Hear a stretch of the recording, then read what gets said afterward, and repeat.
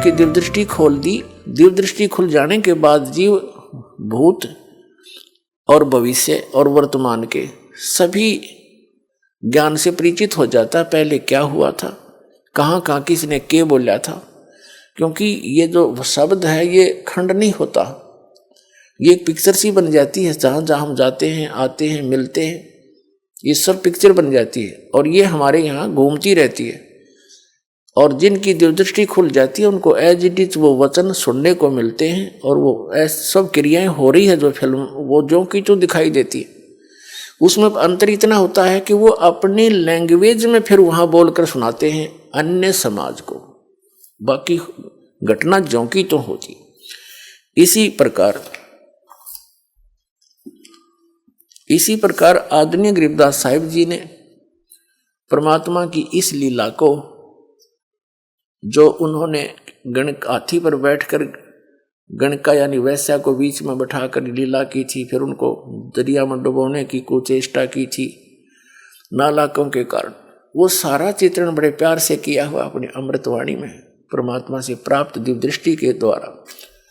पुण्यात्माओं, जैसे लाखों वर्षों पहले श्री रामचंद्र जी ने जो लीला की थी जिसको रामायण कहते हैं,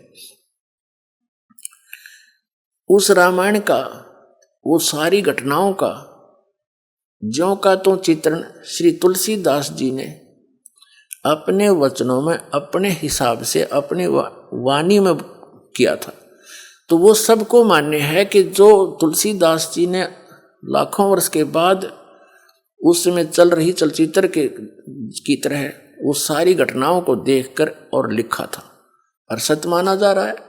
इसी प्रकार अपनी दिव्यदृष्टि की रेंज होती है, जैसे एक सूक्ष्मदर्शी होती है, एक दूरदर्शी होती है। तो दूरदर्शी का भी, दूरबीन का भी अपना अपनी रेंज होता है, क्षमा होती है। कोई तो 1 किलोमीटर तक दिखा सकती है, कोई 100 फुट तक ही दिखा सकती है, देख सकती है, और कोई ऊपर के ग्रहों तक भी देख लेते हैं यहाँ से बैठे, उनकी इतनी क्षमता होती है। इसी प्रकार कबीर परमात्मा द्वारा प्राप्त उस दिव्य दृष्टि की रेंज गरीबदास जी को जो मिली थी वो सबसे ज़्यादा थी। अरबों खरबों वर्षों पहले के ज्ञान, सतलोक से क्या हुआ, कब हुआ, कैसे हुआ और भविष्य में क्या होगा, वो सारा आदरणीय गरीबदास साहिब जी ने अपनी अमृतवाणी में तुलसीदास जी की तरह लिखा, जो हमें मान्य है और होना चाहिए। वो सुना। अब क्या बताते हैं, फिर गणका के संग चले सीसी बरी शराब, गरीबदास उस पूरी में जुल्हा भया खराब। कि उस नगरी में, उस काशी नगरी में कबीर परमात्मा उन लोगों की दृष्टि में एक बेहुदा व्यक्ति लगने लगा।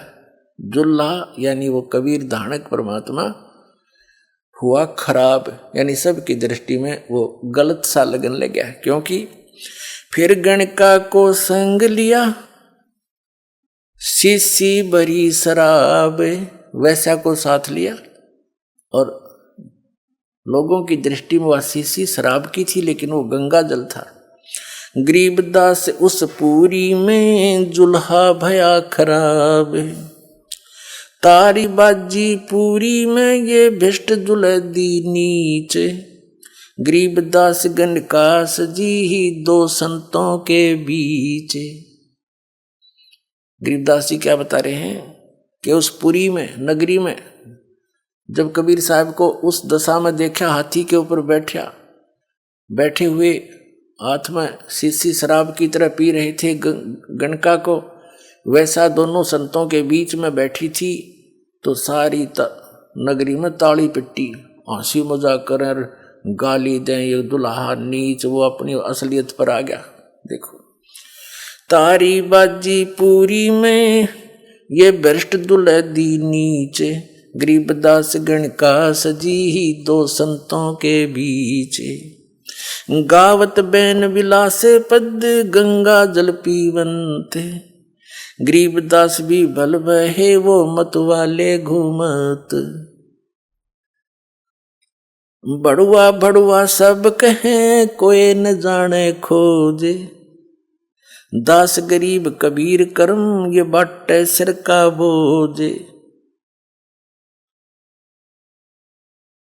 क्या बताते हैं कि कबीर साहब पर अपनी महिमा के शब्द गा रहे थे। गावत बैन विलास पद वो गंगा जल पीवंते, गंगा जल पी रहे थे सीसी से।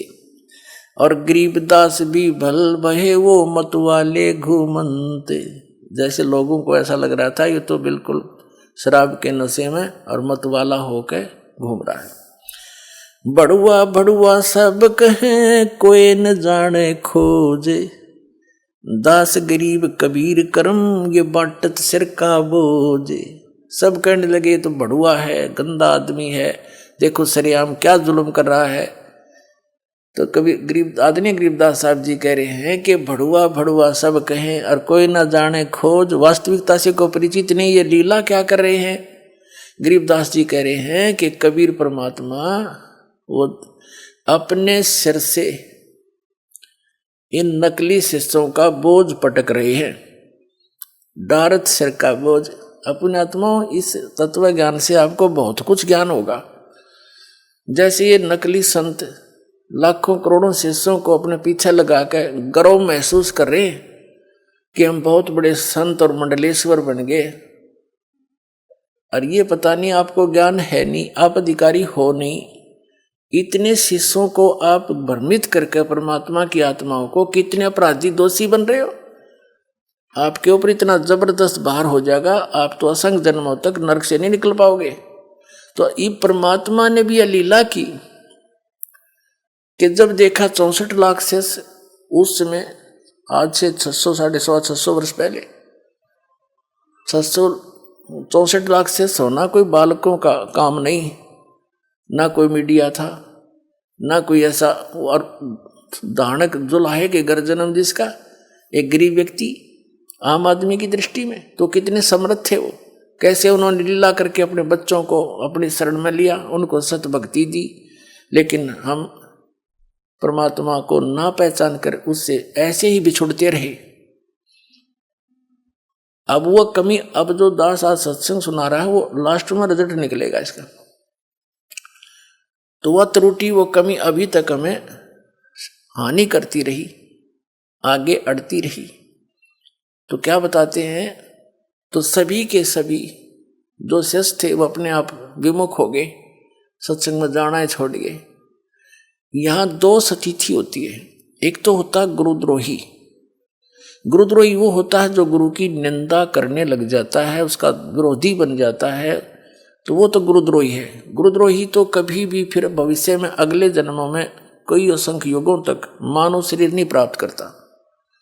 और जो वैसे ही लोक लाज में दब के अराना छोड़ गए तो उनको, और गुरुद्रोही हुए नहीं, गुरुद्रोही की परिभाषा आपको बताई थी, तो उनको फिर आगे उस परमात्मा के द्वारा दी गई भक्ति, जिसने 2 वर्ष की, किसी ने 10 वर्ष की, किसी ने 20 वर्ष भी की होगी, किसी ने 30 वर्ष भी की होगी, तो उस भक्ति से वो फिर रह गए यहीं पर। लेकिन उस भक्ति के कारण परमात्मा उनको चार्ज कर गए, इतने दयालु हैं। उनको फिर मनुष्य जन्म मिलने शुरू हो गए, और वो ही आप हो जो यहाँ आ रहे हैं। उन 64 लाखों में से पहले वो आएंगे। आप भटक रहे हो, परमात्मा से दूर हो गए, लेकिन वो दयालु हैं। उनको मालूम था कि ये अब नहीं पहचानेंगे मुझे, हमें चार्ज कर गए, इतने दयालु हमारे कर्म बढ़वा गए, अराब बढ़वा कवा गए, और हम उनसे दूर हो गए, और कोई विकल्प नहीं था उनके सामने। तो हम अब आप जी को जो मनुष्य जन्म मिलता हुआ आ रहा है, आपके अंदर प्रेरणा है परमात्मा की। कोई कहीं जा रहा है, कोई संत के पास जा रहा है, कोई किसी मंदिर में जा रहा है, कोई तीर्थों पे जा रहे हैं, कोई अपने आप ही कोई साधना कर रहे हैं, तो आपके अंदर वो चाह है। तो 2 प्रकार से मानव शरीर प्राप्त होता है। एक तो पूर्व के पुण्य कर्मों से लगातार मनुष्य जीवन कई भी मिल जाते हैं, जब तक उसके पूर्व जन्म के पुण्य चलते हैं, भले ही आगे वो भक्ति करे या ना करे, पिछले प्रारब्ध के कर्मों से, संचित कर्मों से ऐसे मिल जाते हैं। तो जो व्यक्ति ऐसे मनुष्य जीवन से ही मनुष्य जीवन प्राप्त है, वो जल्दी भक्ति को ग्रहण करता है, उसमें एक चेष्टा रहती है परमात्मा के पाने की। और एक दूसरी टाइप से मिलता है जन्म, एक टर्न वाइज मिलता है, नंबर वाइज। जैसे 84 लाख प्रकार के प्राणियों के शरीर में कष्ट भोगने के उपरांत इतने पुण्य शेष रख लिए जाते हैं इस प्राणी के कि उसको एक मनुष्य जीवन फिर से दिया जाता है। जो अन्य प्राणियों के शरीर भोग भाग के अब आए हैं, वो इस भक्ति में जल्दी से नहीं लगेंगे, चाहे कितना सिर पटक ले, उनकी ओर ही वृत्ति होती है।